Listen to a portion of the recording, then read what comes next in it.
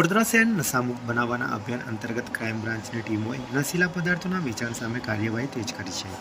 Police commissioner Narasimha Parmar અને સંયુક્ત police commissioner Nilesh જાજડિયાના માર્ગદર્શન હેઠળ મળેલી બાતમીના આધારે ક્રાઇમ બ્રાન્ચની ટીમે મકરપુરા જીઆઈડીસી વિસ્તારમાં આવેલા જાગનાથ ભોજનાલય ખાતે ઓચિંતી રેડ કરી હતી. પોલીસ તપાસ દરમિયાન ભોજનાલયના સંચાલક સુખદેવ ભાવરાવ પનાર દ્વારા હોટલની આડમાં ચોરી છુપીથી ગાંજાનું વેચાણ કરવામાં આવતું હોવાની વિગતો સામે આવી છે. રેડ દરમિયાન ભોજનાલયના લાકડાના બોક્સ પર પાથરેલા ગોધરા નીચેથી જીપ લોકવાળી 16 થેલીઓ મળી આવી હતી.